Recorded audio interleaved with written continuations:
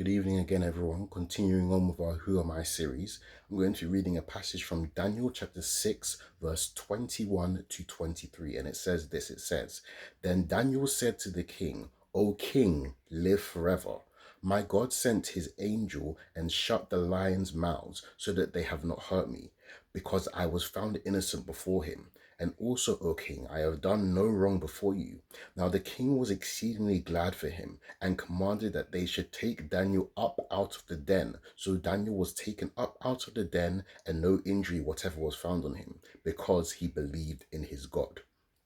Now, this is obviously really a very simple story that we all know, Daniel and the lion's den. And what I find so beautiful about this particular story is the fact that Daniel has a level of faith that just supersedes understanding. The king has given a decree, and in this decree, he said that anyone who decides to serve another person other than the king themselves, they ultimately will basically be found out of favor with the king and be thrown into the lion's den.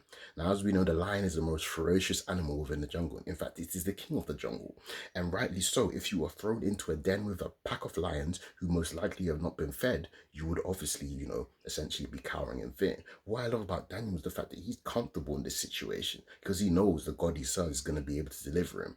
And it's so paramount that this is important. This is so important to the text because what we see here is the fact that Daniel has essentially been able to get an experience with God where he feels like he can literally do anything. And because he's gotten this experience, it's now actually transferred onto the king, who he himself has said, your God is able to deliver you from this, and he is the one that you are continually serving. But what I love about this situation the most is that Daniel still has reverence and respect for the king.